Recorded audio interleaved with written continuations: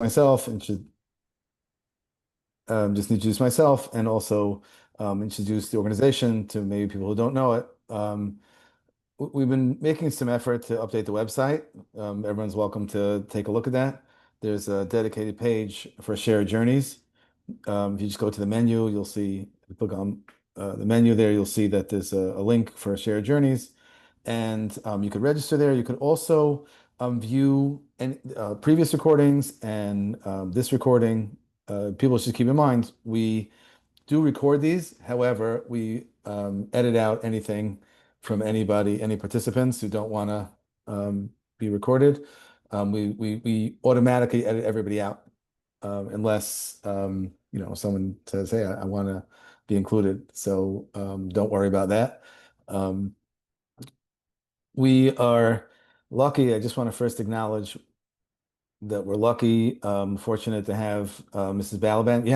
You have your partner with you, or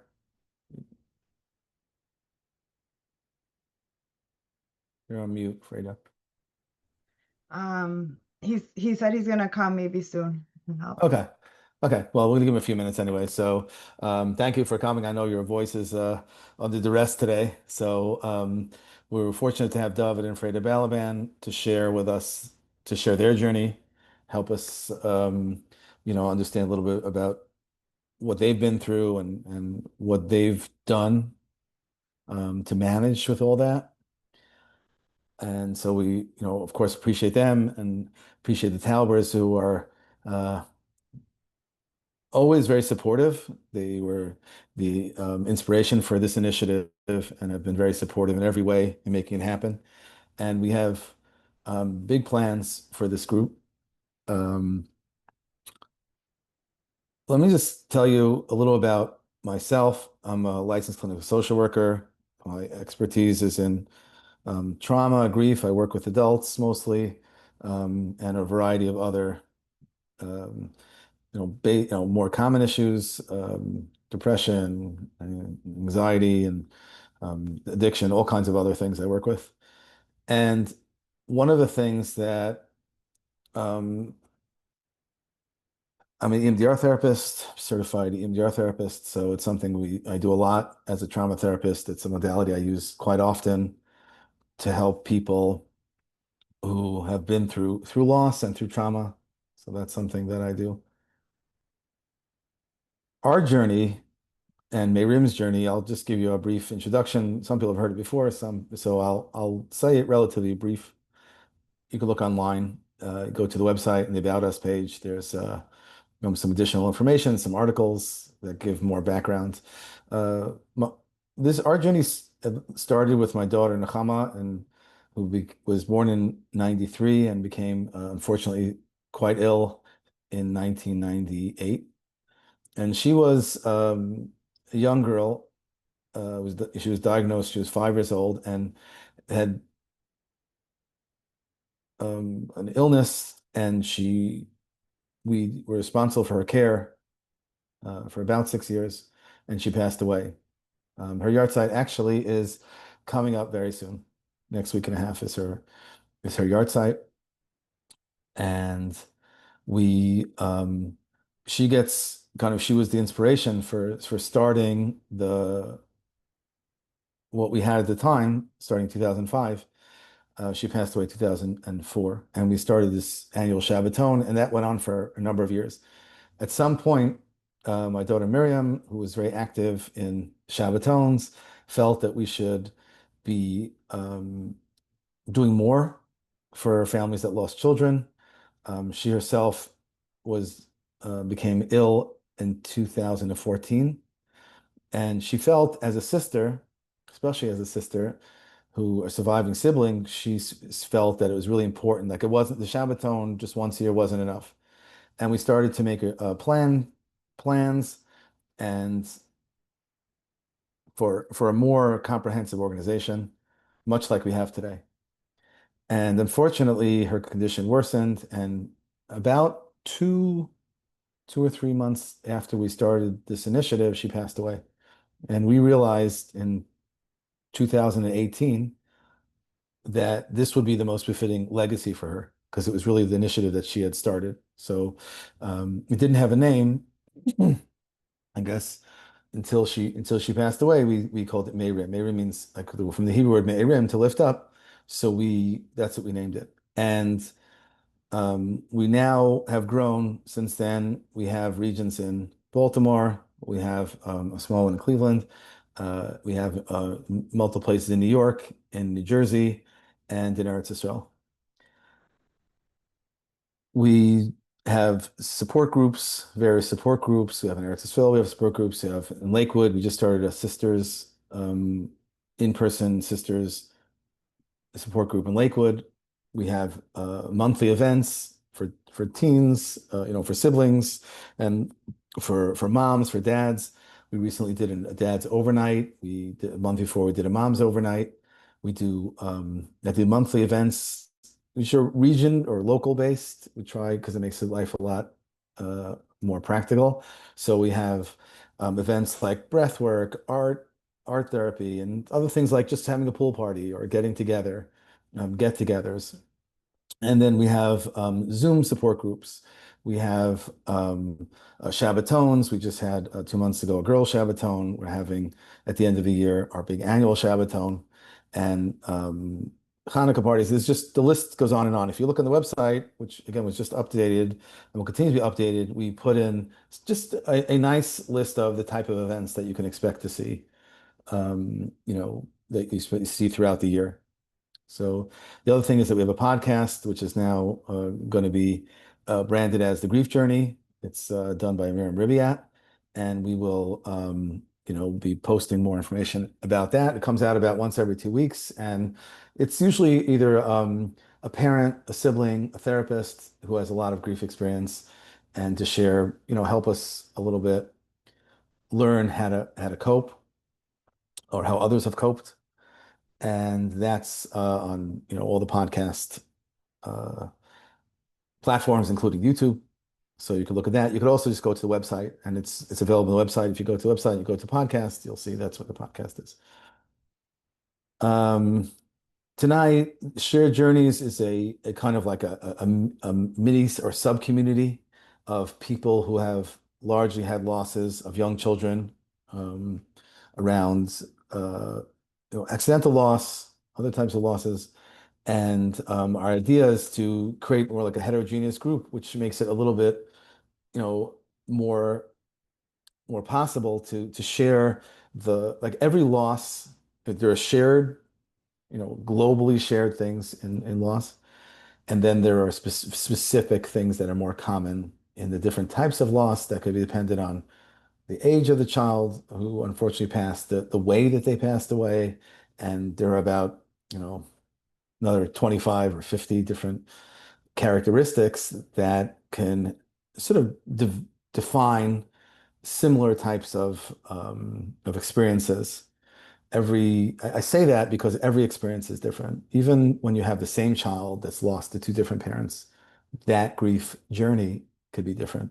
So what we try to do is to share different ways that people cope with loss, different ways that people experience loss, and we say take what's good, whatever's good, take, and whatever's doesn't work for you, just throw away. Don't give it a second thought. If it doesn't work for you, it doesn't work for you, and if it does work for you, take that. That's that's something that you could use, and it might work for a time, and then you might rely on other mechanisms or other tools a later time.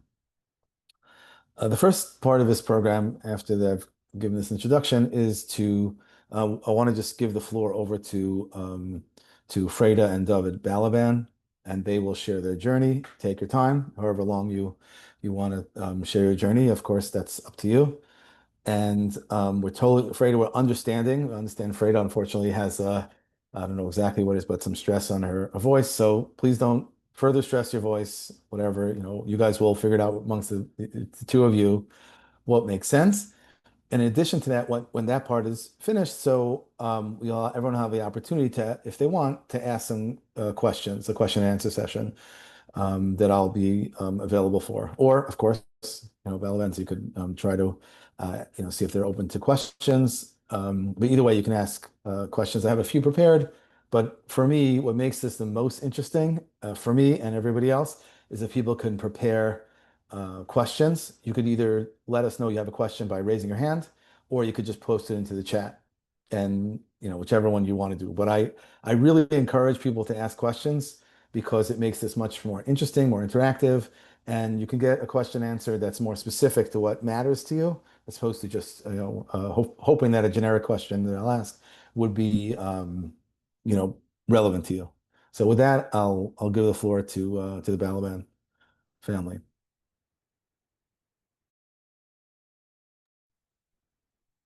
Okay. Hello everyone. Shalom Aleichem. We're the Balabans, David and Freda.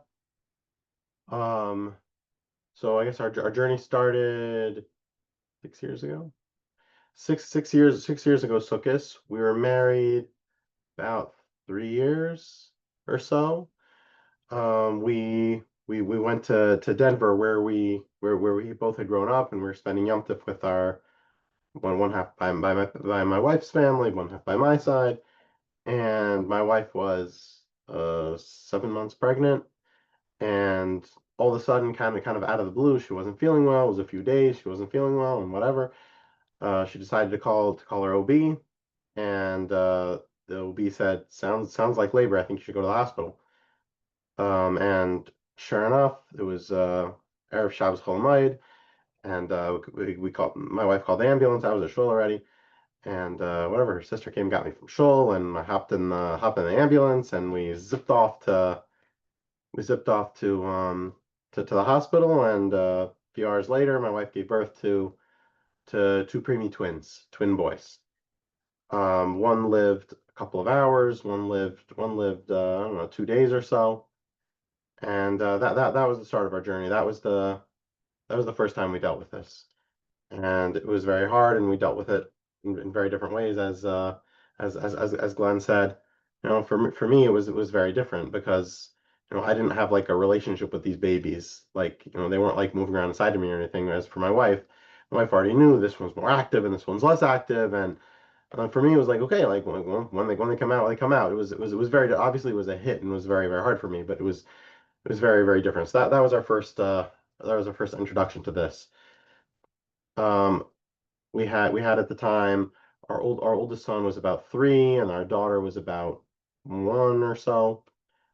A few years later, we had another baby, and we were doing okay. We were a couple of years past, and we were getting up, we were getting out, moving around, trying our best to kind of normalize, and then we were hit a second time. Our oldest son was beginning primary or pre-1A or whatever you call the year before first grade, whatever town you're from. The year before first grade, it was his first year in school, and he was doing awesome. It was a few months in, and like we were just so excited, and we went to PTA and talked to his Rebbe, and like things were picking up. We were very excited, and things were picking up. And then one dark day, he went to school. My wife, every day, my wife prepared him, sent him on the bus, and waited for the bus with him, and sent him on the bus, and made sure he was buckled, and he knew all the safety stuff he was supposed to do. You get out of the bus, you walk around the front of the bus, and go right into the school building. And the bus driver, he was an older Jewish guy, and spaced out for a second. And all the other kids had run ahead, but our oldest son Yoshi and another boy in the same class, the bus driver hit them. The other boy was rushed to the hospital, and Baruch Hashem, after I think that night, I think he was fine. But our son, whatever, was killed. Um, so I guess whatever the way we were broken the news, I was off at Kollel already. I was in the Marlboro Kollel in New Jersey. My wife was at home working from home. So my way I was broken to was Baruch Hashem, very much nicer way than my wife's way. I was learning with my chavrusa, regular day. Happened to be that morning it was Parshas Shemois, and I happened to be that like I like spoke in shul that morning, and I like spoke about like the mothers who gave up their kids in the river, and but they still kept on going anyways, kept on persevering anyways. Happened to be that's like what I spoke about that morning, and I had like emailed the speech to my wife. She also had listened to it already. Um, kind of ironic.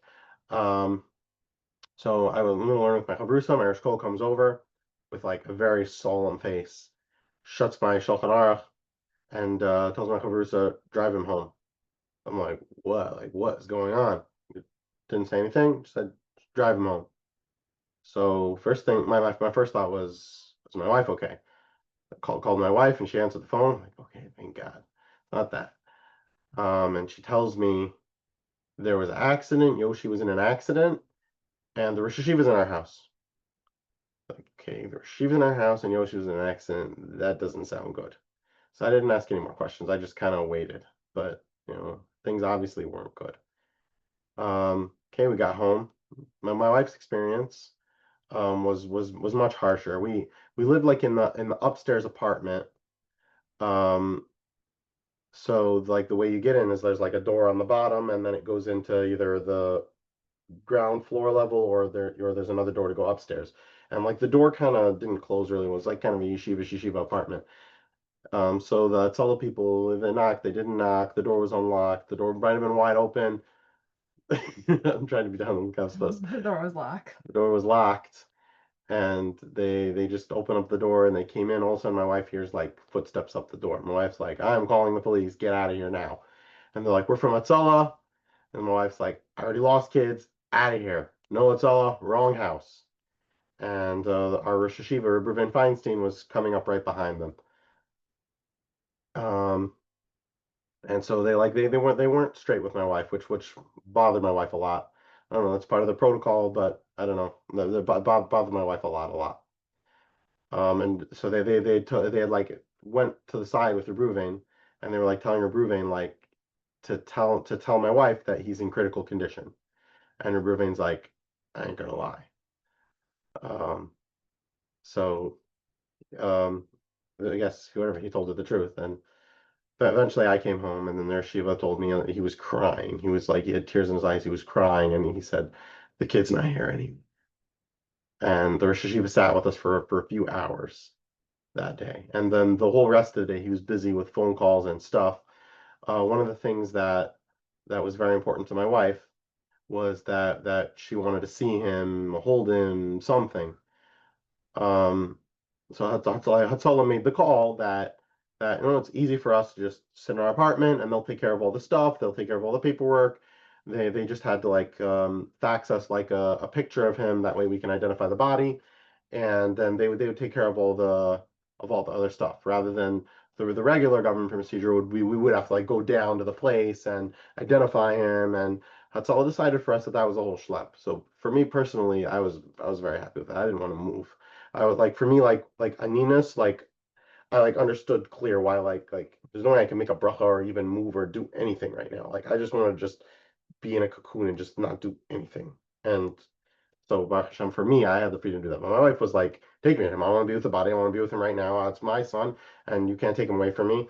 And that was how she felt. So I mean, whatever. I'm just describing how right away we were two totally different paths with the way we felt and experienced and felt everything. And like my wife felt like they stole my kid. Like for all I know, he's still alive, and it's all just a joke. Like she stole like they stole our kid, they stole his body. And Reuben was busy the whole day trying to fight with Misaskim and all of them that they should bring the body to our house, that we should see him and be able to like say goodbye to him properly. And I don't know, Reuben Feinstein was overruled. So he did get from them that like he was back and forth with whole. He's like, okay, they're gonna do it. No, actually, they changed their mind. They're not gonna do it. I'm honest, he was busy with it the whole day because that's what my wife wanted. And so in the end, he did get them to bring the body to our house so we could like have the body and say goodbye to him. From what? From far. From far. We were right next to him. They didn't let us like not even not touch or see him or whatever. He was covered, and they're like, don't go near him. And if you do, then they like at one point they thought they heard a noise, so they came bounding up the stairs yelling at us. We're like, we just took a tissue from a tissue box. We didn't get anywhere close to him, but they were like, "We're gonna take him away from you if you're." So that was that experience. Yeah. Okay, and then so that was that. So yeah, Lavaya, Shiva, everyone came. It was very nice that everyone came. Um, Baruch Hashem, some of my friends got together and they raised during Shiva, they raised all the money for a Sefer Torah. It was like right before the prices doubled. So for me it's very nice. I have a show of very nice Mohadir Sefer Torah that the constant reminder of him and all my friends, everyone in Shul knows like that's Yoshi Sefer Torah. So for me that's a big nacham and that's very nice. It was all ready for the shleishim. And so for the shleishim we had a shleishim with Achmas Sefer Torah. It was a cholent of emotions. Cholent is good, so that must be good. It was such a mix of emotions between like, simcha and dancing and music and like it's the shleishim. But it was very nice, it was very meaningful. As far as coping, so some of the things that we found, Marish Koller recommended that we do like an intense type of exercise. So he recommended like martial arts. So we found a gym nearby. We were living in Staten Island at the time. We found like a Gaisha gym that they had like a trainer who after their class he would like train us, just the two of us. We took turns like hitting his pads and kicking and punching and elbowing. It was amazing, amazing like release. Like for me, it was like the whole week was building up until till that night of the week that we went and just had like release. It was amazing, amazing the way it just like for me, it was like it was punching and stuff, but look, it wasn't anger. It was like just release, just like get moving, like burst out of the fog, burst out of the shell. Like for me, that was a very big thing. So when we moved, we got our own. We had him for a couple times to show us how to hold pads for each other, so that we could continue. We didn't end up continuing as much as we would like to, but we got like punching bags, so we use those sometimes. And then now we even teach some people over here in Lakewood. Um, that's one thing. Um, another thing that we got, just like to like bring some random spontaneity, is that a word? Spontaneousness kite. Is we wanted a pet. One of like the therapists that we spoke to recommended like a little dog or something. We weren't quite ready for a dog at first. I grew up with dogs, but my wife didn't grow up with any animals. So so my wife was researching what type of pet she wanted, and she decided she wants a pet goat. So I thought she was nuts, but after a while of her persistence, we got a goat, and we've had him for 2 years, and his name is Tigala, which is goat in Yiddish, and he's the most awesomest pet. He mows our lawn, and he's funny, and he climbs, and he escapes. Um, and we got into like kind of like the animal therapy thing, just from having him for ourselves. We looked into it here and there, and like it's the spontaneousness of them and the calmness of them and the like the share having a connection with an animal that doesn't speak. And it's I don't know, it does stuff. It does stuff. Um, and from there I got into that a little bit also, where I've worked on and off with different groups of teenagers, different boys, different kids, and different stuff with the goat. Eventually we got a dog also to be a teammate for him for that. A lot of these different things that first we used for coping for ourselves, we ended up using for other people also. So now we have kind of a shtickle petting zoo in our backyard. All the neighborhood kids come and play in our backyard. We have some ducks now too. They just hatched. What else? Cool. How do I cope? That's how I cope. Go for it. So yeah, so my experience, it was good. Good background and summary. Um, so first of all, with the twins, when they were born, it was very sudden. Everything was going well, and all of a sudden, my doctor told me afterwards there was an infection, and he said that it was like getting hit by lightning. Like it was such an unusual situation. And yeah, so I guess we got hit by lightning 3 times. But usually they say you don't get hit by lightning twice.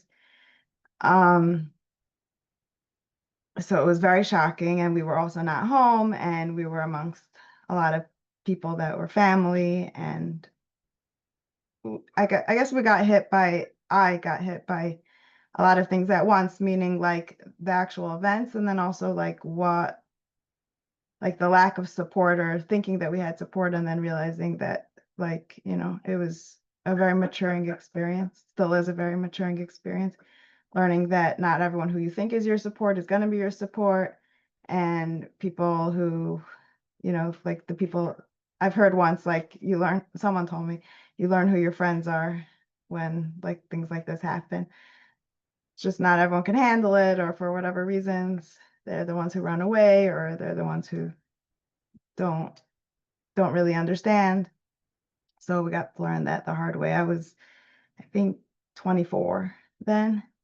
So it was just felt very young, and not like, like these people who are 40 and lose a kid and they have like all this wisdom and maturity. And I just like, yeah, I'm kind of still a kid, and not so, just scared and sad and like shocked, and just going through that every day. I didn't sleep for months afterwards. Every night I was awake the whole night, and just everything was a whirlwind in my head and in my heart, and having to pull through, like, with everyone in our immediate circles expecting us to just, they were just babies, this and that, like just jump back into life. You have to be there for your other kids. You have to just get back into things. Or they would be like, oh, we also had a miscarriage. Like, it's nothing like a miscarriage. Not at all. I've also had miscarriages. Like, it's, everyone's experience of everything is different, but there's like literally no comparison.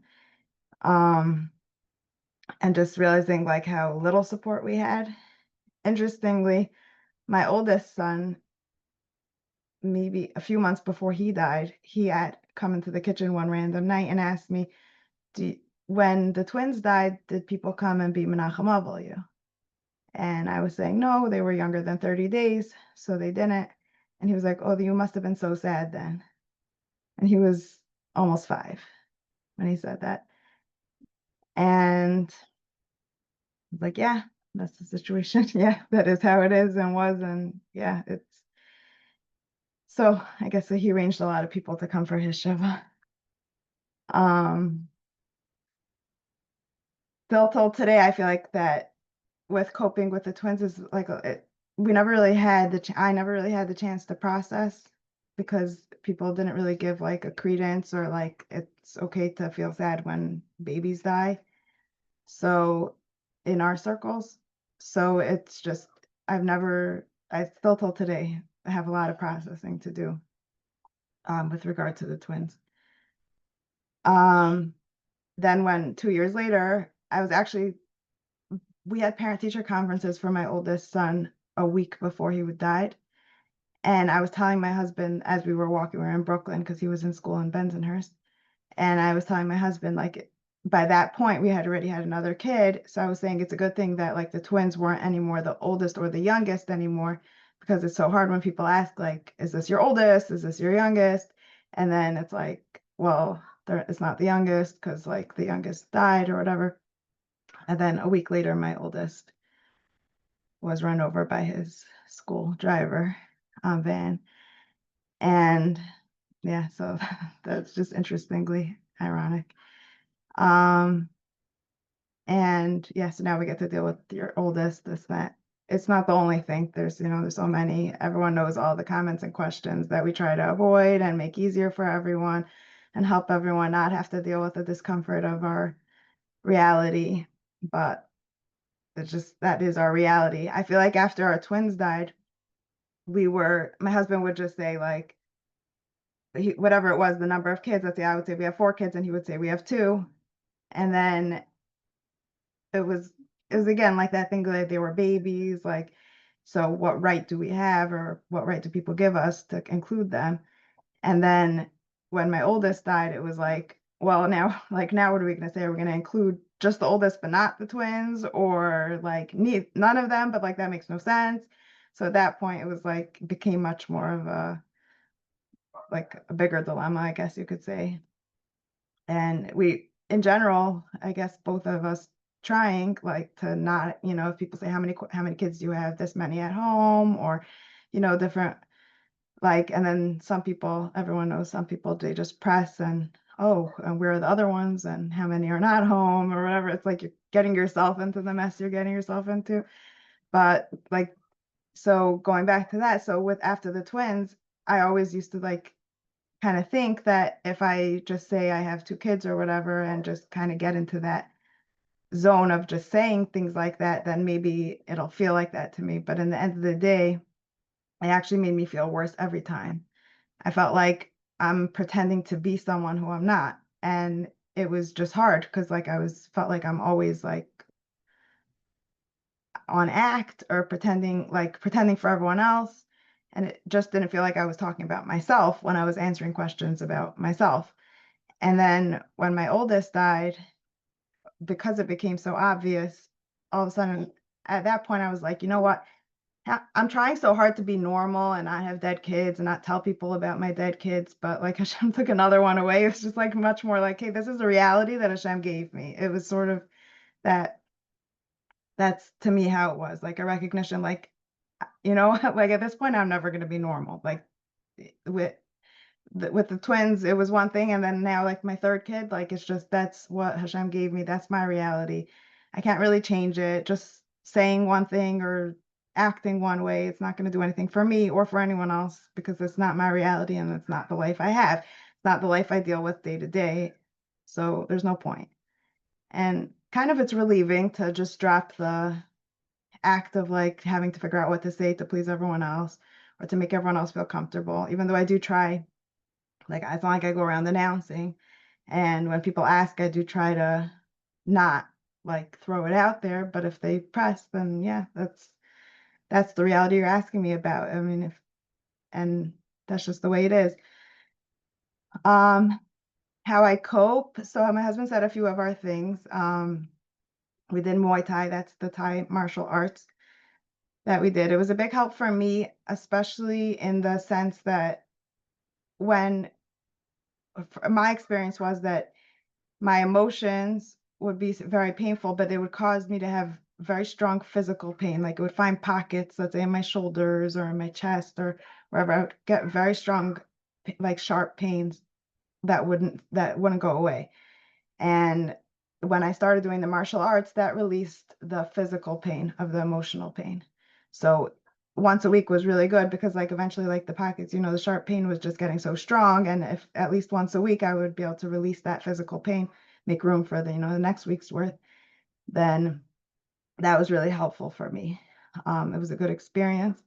And again, we use it now. We teach other people, and everyone has their stresses or their reasons, and it's just, besides that, it's good exercise. So it's just been, helpful that we can give to others also. One thing that I did find really, really helpful that wasn't my type, I thought beforehand, was this past Mayrim Shabbaton, they had someone was giving like a breath workshop type of thing.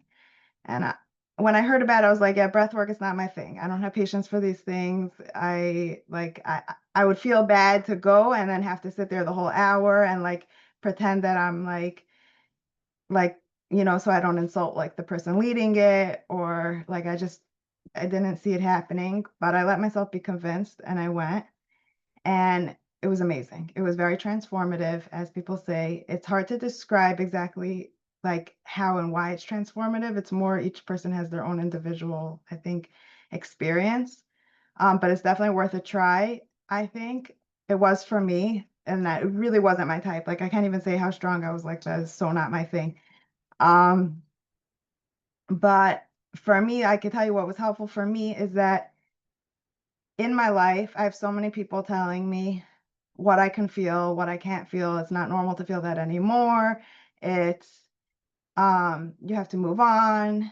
Oh, you're still feeling that way. How many years is it since your kid died? Or all these things that imply that I should be somewhere else than where I am, or that I should be feeling something that I'm not, has actually caused me over the years to do the same things in my self-talk and and where I got to a point that didn't even know what I was feeling. Like I would feel so horrible, but not even be able to pinpoint like what am I feeling? Am I feeling sad, or am I feeling sad that I'm sad, or sad that like happy that I'm better? Like I didn't even know where I was anymore because I didn't know what was my actual feelings and what was my self-talk about my feelings, or was other people's impact or what they're saying about my feelings. When I did the breath work, it was amazing in that it helped me like directly. It didn't take like in the first 5 minutes. It would take me like a half hour, I guess, because of my, till I was able to access myself. It took a while, but I was actually able to access what my actual feelings were. And it's so impactful. Then I could take that to my therapist and say, like, this is what I experienced once I actually got down to what my actual feelings are, rather than just like the surface experiences I'm having. It was very helpful, and I did a bunch of sessions since then. And each time, even times when I was like feeling so sick or feeling like, I'm not in the mood or whatever, and I was like, is there a point in doing it this time? Literally each time it was so, so helpful. Helped me gain the best thing I could say is it helped me gain insight into myself. And it's not something like when you do breath work, like you don't have to like talk about it, but like a lot of people don't, meaning like you're doing the breath work, it's an experience more like you with yourself.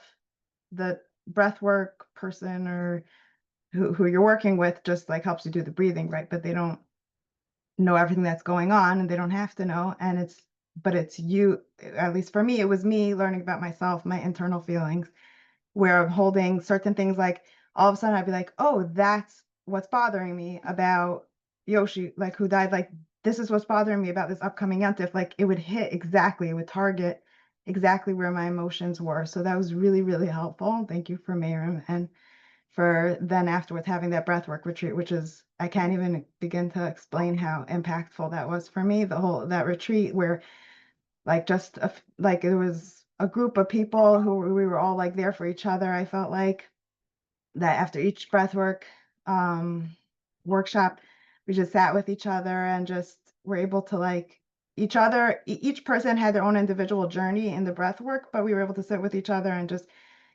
we all lost kids, and we all know that each other's journeys are so painful, and just being able to sit with each other and feel that with each other and share space for each other it was amazing. It's not something I ever have in my life other than during Mayrim things.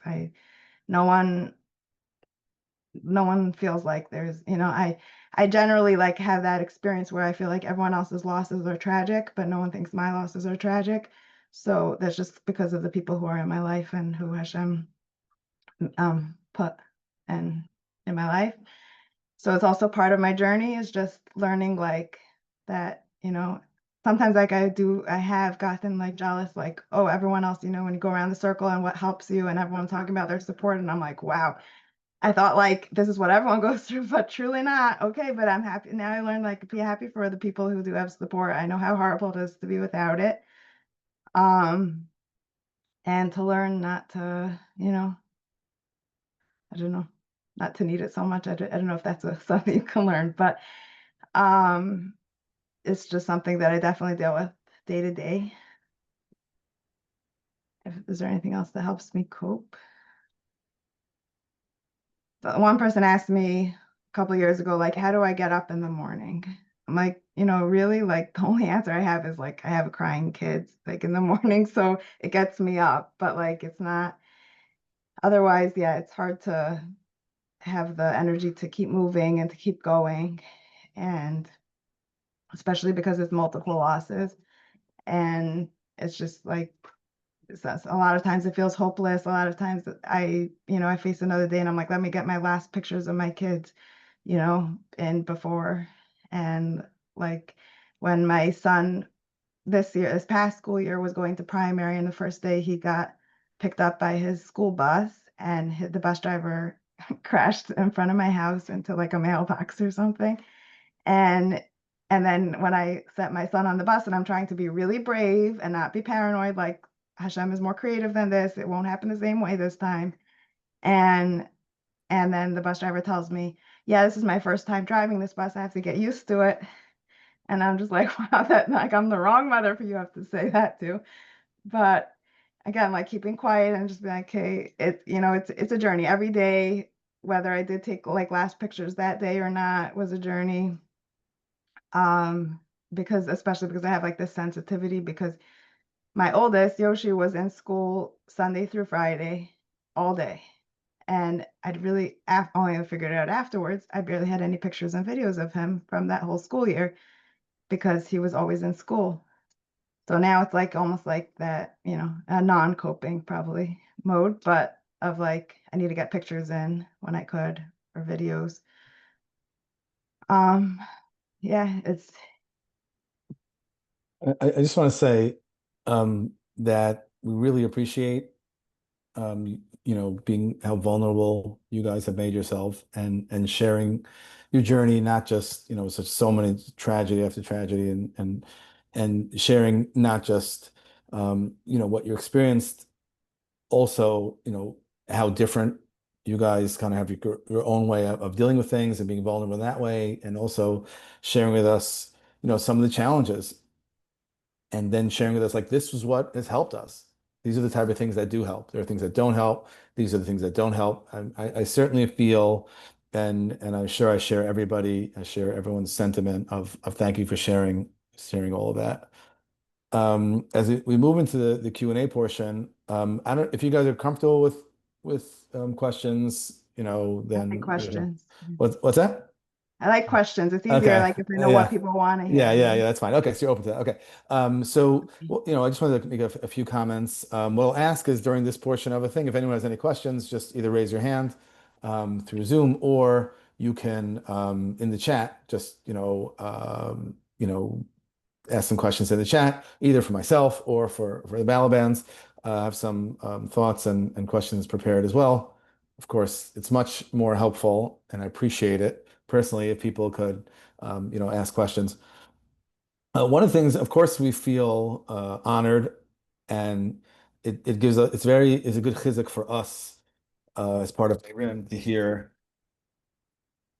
that how impactful the events have been and the groups so that's thank you for sharing that. That gives us myself and my wife and all the staff who's involved. It gives us a lot of chizuk to know that we're making a difference, we're making having an impact on people. Um, the breath work has been very well received. I could say as a therapist, it's actually almost surprisingly how effective it really is. We've done a number of them this year. We did in Lakewood, we did upstate, we did in Baltimore, and another time upstate. So the retreat. So we have found it to the feedback has been really really good. We've learned a lot. Each time we do it, we learn a little bit more about, and I think every time we do it, it makes it better. We'll do it again, right? Um, we'll definitely be continuing to do that, to do the breath work, just because it's been so well received. Anyone can call me if they want, more information about it, and also just expect us to do. There was even a discussion about doing it even like once a week or once a month, I think. So there's some discussions about that didn't materialize yet, but there was some discussions around that. So breathwork, so it's such an interesting, academically, it's very interesting to see how powerful it is. It could really, really be transformative. So, people reach out to me personally or expect to see, future events around that. The other thing that I wanted to comment on that you mentioned, which is so fundamental, was just, when you shared, Fraida, you shared that like you felt it in your back, or people feel it in their head, they feel it in their shoulders. There's some pretty common places, your throat is pretty common places that people will feel distress. And and sometimes when we're not, or when we're not able to process through some of that distress, it doesn't necessarily just go away. It it it it it manifests itself in our back, different parts of the back. And there's one of the most famous books on trauma is called The Body Keeps the Score, which basically means that like while we think it's like I don't think about it. Like it doesn't bother me. I don't think about it. I'm fine. Sometimes it can really be just storing itself, and the body's kind of knocking, almost like like those bells they used to have in the old hotels, and you keep ringing the bell. I'm aging myself, and you banging the bell, and it's like pay attention to me, pay attention to me. I need some attention, and if we don't pay attention to it emotionally, sometimes it will manifest itself pain physically, right? And there's the back is famous for that. There's even an entire approach called the Sarno method. And it's just interesting to see that we find sometimes that we can use the body to as part of trauma work, this work called another modality called somatic experience, which helps us to sometimes use those feelings in our body to help and teach us how to release them. And that's one of the ways that we can process through trauma that's been, that's either not accessible to us otherwise, or just too difficult for us to work through. So I use some somatic work in my practice, and I know that people, a lot of trauma therapists utilize that. So it's really interesting that you were, aware of that. Um, the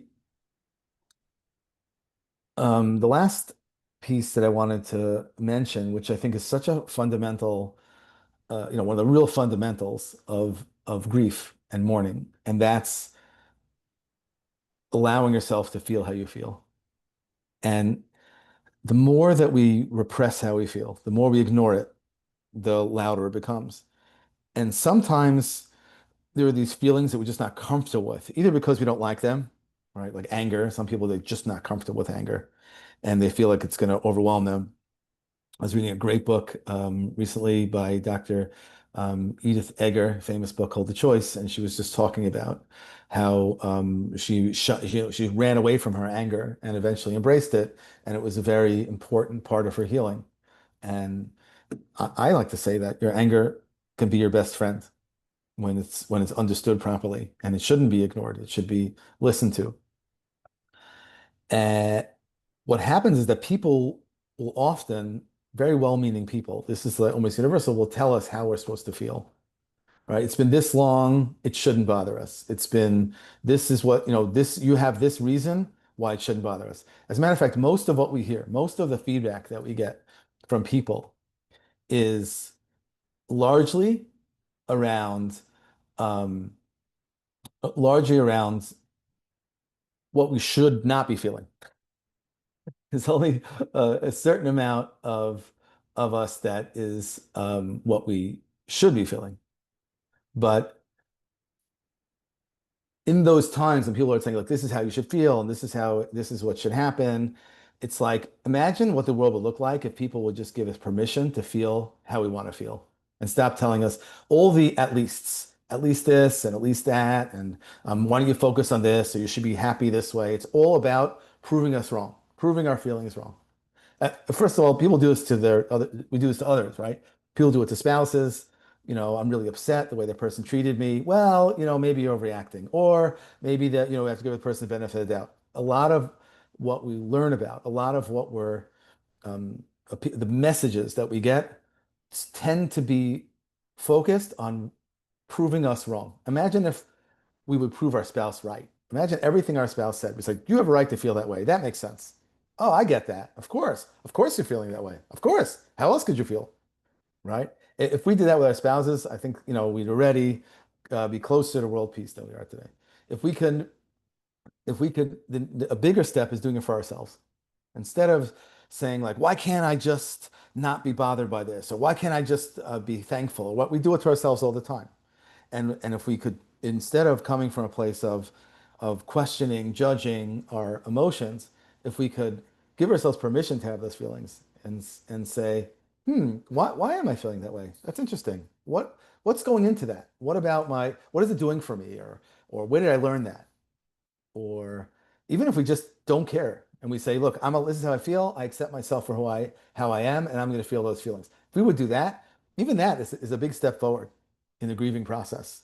And the more that we ourselves repress or try to prove ourselves wrong, and the more that people around us and we accept it, and like Fraida was saying, like outside voices become inside voices.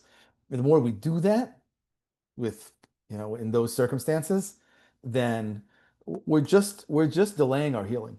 We're just delaying our what we need to do for ourselves to help to cope and to help to manage. So I would say pretty much universally, if we could start to be what we call self-compassionate, self-validating, and also be outwardly validating towards the people in our family, people who are in Mayrim, people who have had other types of difficulty, and just plain anybody, the more that we could start to give them permission to have their feelings or prove them right. Of course we feel that way. If we would start to do that, this everybody is gonna start to heal in a better way than the way they've healed in the past. So I would say one of my fundamentals of grieving is give yourself permission to feel how you feel. And if you could do that, that's a very powerful tool towards being able to heal. Um, okay, so I'm gonna have a few prepared. Again, anybody who wants to uh, ask specific questions, just raise your hand, or you could just put it into the chat. One of the questions they had here that someone asked was, why does it feel like my friends are ignoring me? Okay.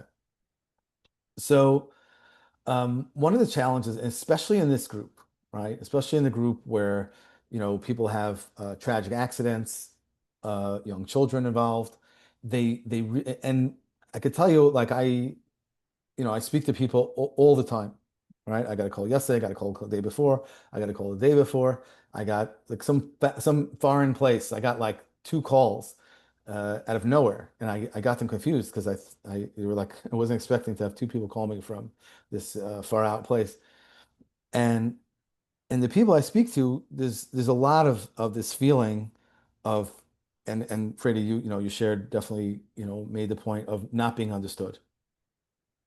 And so why are my friends ignoring me? Well, this is not just a challenge for people on this call. Probably your kids have this. So if you're in, and forgive me if anybody, like if you're in a school, imagine a 10-year-old in school, and he's like, "Oh, what was going on for you this weekend?" Well, my grandmother came over. Great.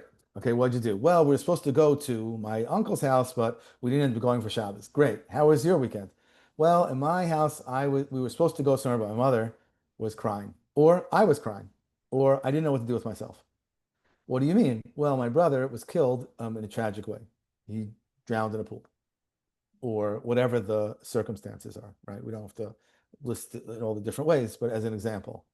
So, what is that 10-year-old boy going to answer? Like, how does he supposed to know what to answer? So he might, change the subject. He might make a stupid joke. He might, if he ignores it, it's probably it's probably the luckiest scenario. And no matter what his response is, it won't come from a place of really knowing what to answer. So we can't blame that kid. If you have a 15-year-old girl, she goes to school, and same scenario. Her friends don't know what to answer. They don't know how to respond to that. And there's a good chance that this 15-year-old girl who lost her sibling in such a tragic way doesn't really know what to answer either. Imagine the first time they go back to school and say, "Oh, what happened to your brother? I heard he died in a pool," or whatever the circumstances were. They don't know how to respond to that.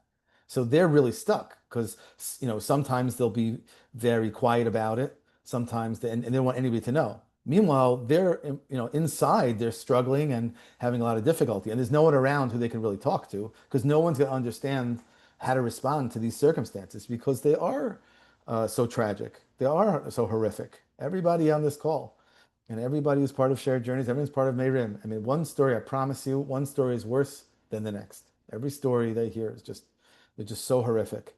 And we're, to ask and to expect young children to be able to understand what to say and how to respond.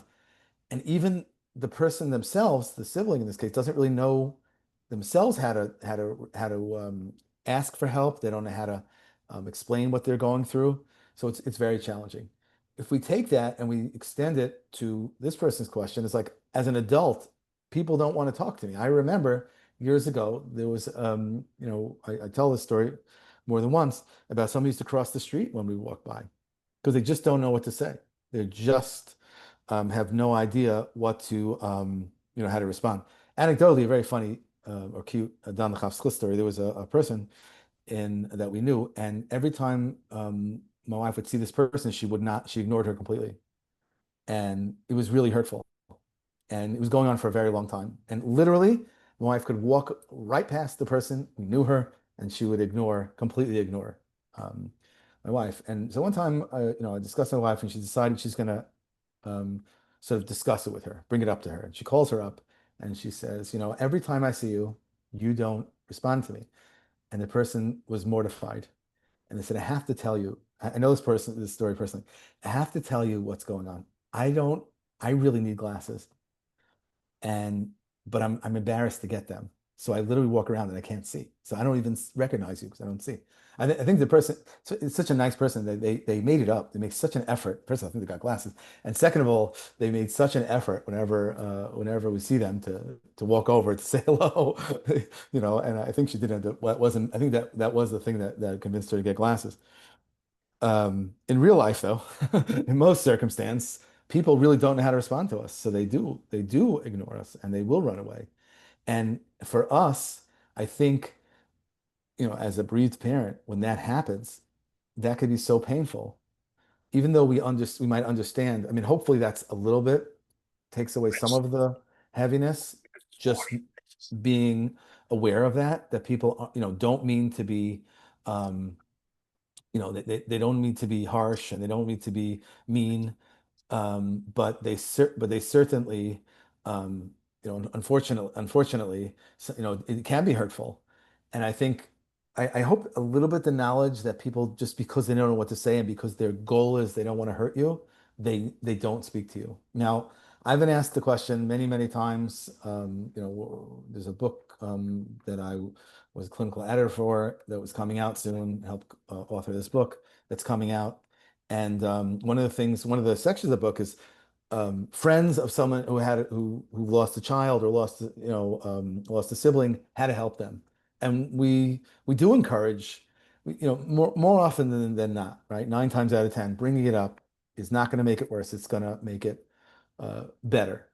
Now, there will be times, absolutely, you'll catch someone on the wrong day and you'll say something and they might be more hurt. But 9 times out of 10, bringing it up to, um, bringing up the fact that somebody, how you managing, or I remember your son or your daughter I remember your daughter used to come over, especially if they have a story to share, it's worthwhile to do that. Unfortunately, there's such a lack of education and people are so uncomfortable about approaching, like, I'm going to approach this woman whose son was hit by a van. Like, how am I going to bring up that? How am I going to even approach that? So um, people will avoid you, and that's really painful. I think, Fraida, you said this point that you know who your friends are. And I hope that I hope that part of us, and I don't blame anybody who doesn't do this, but I hope that part of us can recognize what I said earlier, that most people are well-meaning and their motivation is to not hurt you, and that's why they do it. At the same time, that's not a great support system. So I think I also found that there were people who you'd never expect who ended up showing up for you. People who like the last person, if you would make a list, right? It might even like making a list, you're making a wedding, they wouldn't even be on the list.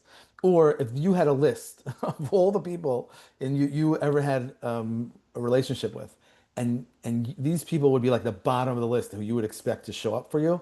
Sometimes those people who you least expect it are the ones who show up for you. Those are the ones um, who make themselves available. They're supportive.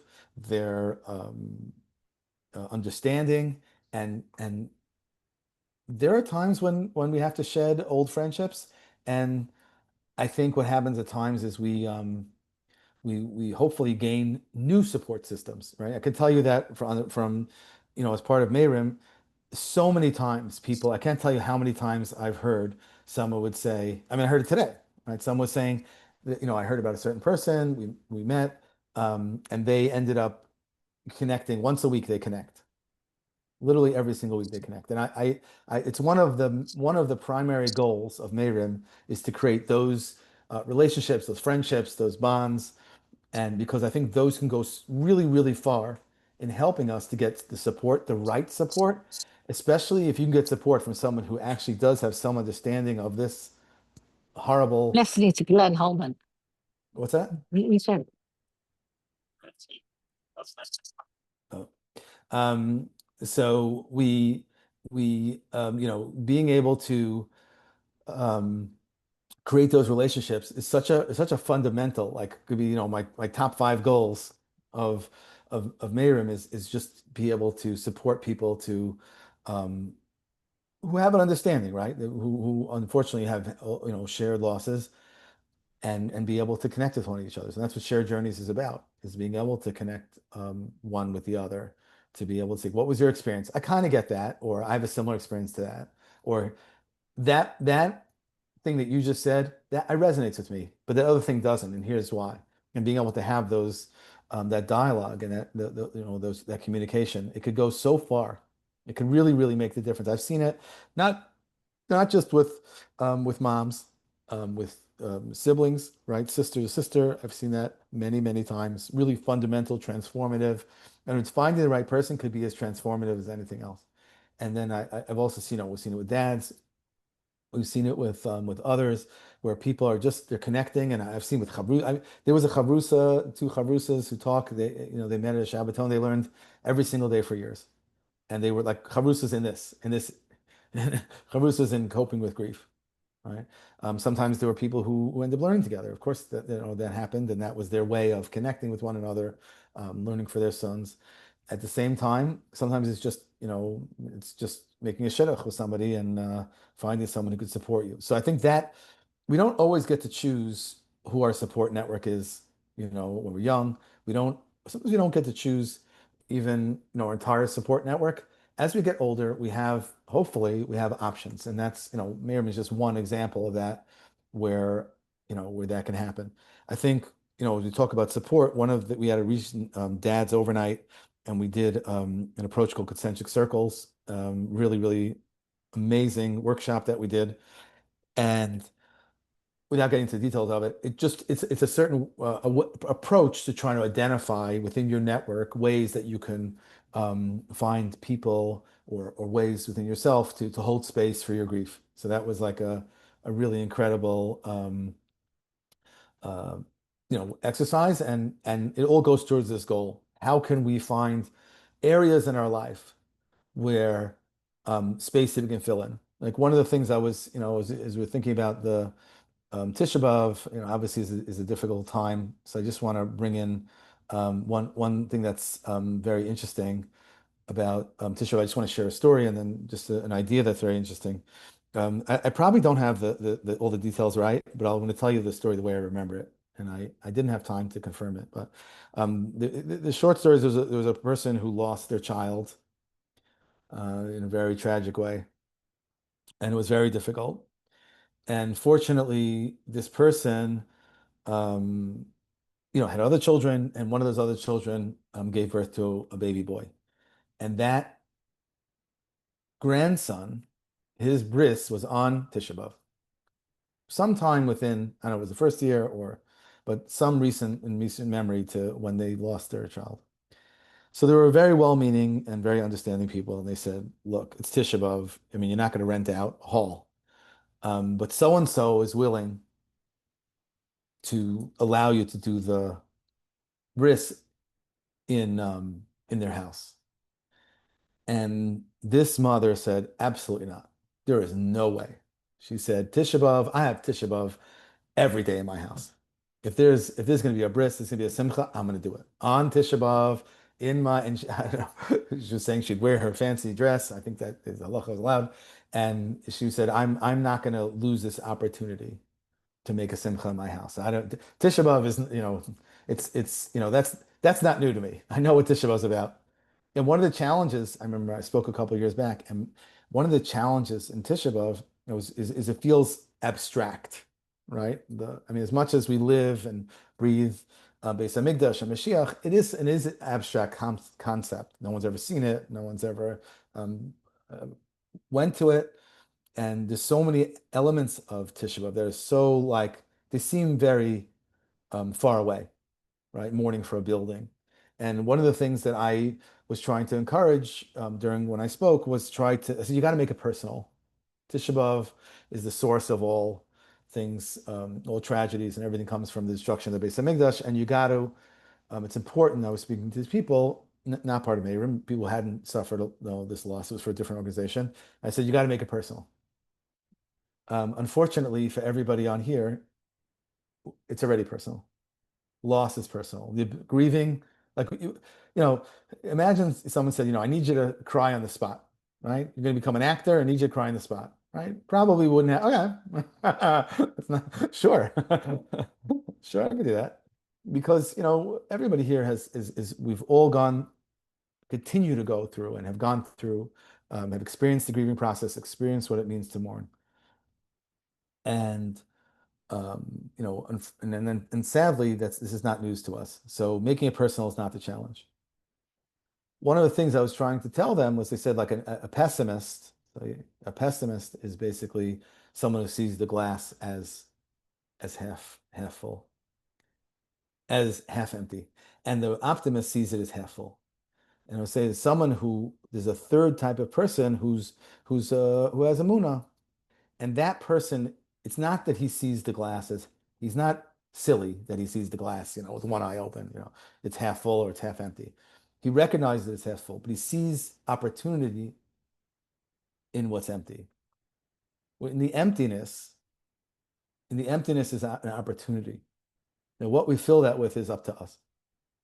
We might fill it up with our whole, that might be the space where we put our grief. It might be the space where we put meaning. It might be the space where we just sit around and lets us, lets us relax. I don't know. I think everyone gets that choice to make. Everyone gets the choice to make what do we want to do with the empty space. And that's kind of the thing that I'm encouraging people to do is to look at what am I going to do with that empty space? Am I going to use it to remember my child? Am I going to use it to forget my child? Am I going to use it to connect to my other children? Am I use it to make meaning in some way? Am I going to use that to do something else? And this so I can manage through and not have to think about it. Everyone gets the choice. Everyone has the choice. What do you want to do with the empty space? And I think that's if there's one thing that I could say about Tisha B'Av is Tisha B'Av, they say, is like making light out of darkness. And if you look in the Gemara and Pesachim, not that I'm a rabbi, but I could say this. It says it has a discussion about when do we do bedikas chametz. So there's a whole discussion about it, whether we do it at night or we do it during the day. And finally, they conclude that bedika should be like leil bedikas chametz. It should be at night. And they say because it says light a candle when it's daytime doesn't do anything. Shraga b'tira mahangilei. How does it help us? If it's light, if it's daytime and we hold up a candle, it doesn't do anything for us. But when we're darkness and we hold a candle, it shines, it makes a difference, it stands out. I hope my hope for everybody is that they can, like, I can acknowledge, we can't forget, like, we live in darkness. We live in darkness that people don't have no idea. They don't even know. The moon's so bright, and the backyard light from the neighbor is so bright, they don't even know what real darkness looks like, most people. Unfortunately, people here know what it means to live in dark, in real darkness, the pitch black. And I hope that every one of us can find a way to light a little candle, and maybe and find ways to get through and cope in their own way around this loss. As we're rustling through the darkness, maybe we could find a little bit of light. Maybe that light looks like, that light is just like the empty cup, the half empty cup, right? The part that's empty is an opportunity. Hopefully we'll find within the darkness that we all live in, we'll find a way to light a little bit of light. And that light can look like anything you want it to look like. It doesn't have to be everything's okay. That's not what light has to look like. Light can look like, the light is what helps you to get through the darkness. That's how you look around and you search, because you have a little bit of light, and that light is the way we don't bump our knees into furniture, and we don't knock our heads into the wall. That light, and for me, the light is finding a way to cope, finding a way to get through the darkness. And I hope each person within their own experience will find a way forward to have a little light, just enough to get through the darkness. So appreciate, of course, everybody's participating. Again, this will be recorded, but except for the Balabans and us, and if Balaban's not comfortable, let us know. This, we'll post on the website. If you want to see previous recordings of shared journeys, you can go to, or you want to register for shared journeys. We will be doing other types of things besides these Zooms in the future. You can go to Shared Journeys, you can register, you can go to the resources page on the website, and there are other recordings there and the podcast, and there's books in the resources page. There's also books that you can read that I recommend. Hopefully the book that I'm writing with Mayrim, hopefully that's coming out soon, so we'll add that. In the meantime, there are other books that are recommended there, so hopefully that will provide some support. And if people are interested in connecting with others as part of this group, please reach out to me. Reach out on WhatsApp and or send a go onto the website, go to the contact us page, and say like, yeah, I would like to connect, and maybe we could create maybe some smaller groups, some support groups, or other type of capabilities of connecting with one another.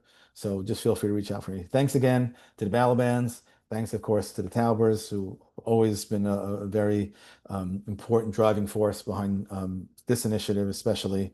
So we appreciate you, and have a good night. Reminder about the form. Yeah, on the website. So if you go to Shared Journeys, you could register there, and that if you click register, that will bring you to the form. So it's right in the menu when you go to the website. That's what you're referring to, Menachem, right? Yeah, you want to post a link in the chat? Well, we're going to close in a second, but if it's easier, yeah, we're going to close the chat in a second. But if you go to the website, it's Okay, we'll send right in the menu. We'll send a Yeah. follow-up email. Yeah, that's a great idea. Yeah, we can send an email also. Great idea. Okay, fantastic. Okay, have a great night, everybody. Thanks. Thank Thanks so you. much. Thank Bye. you. Bye-bye.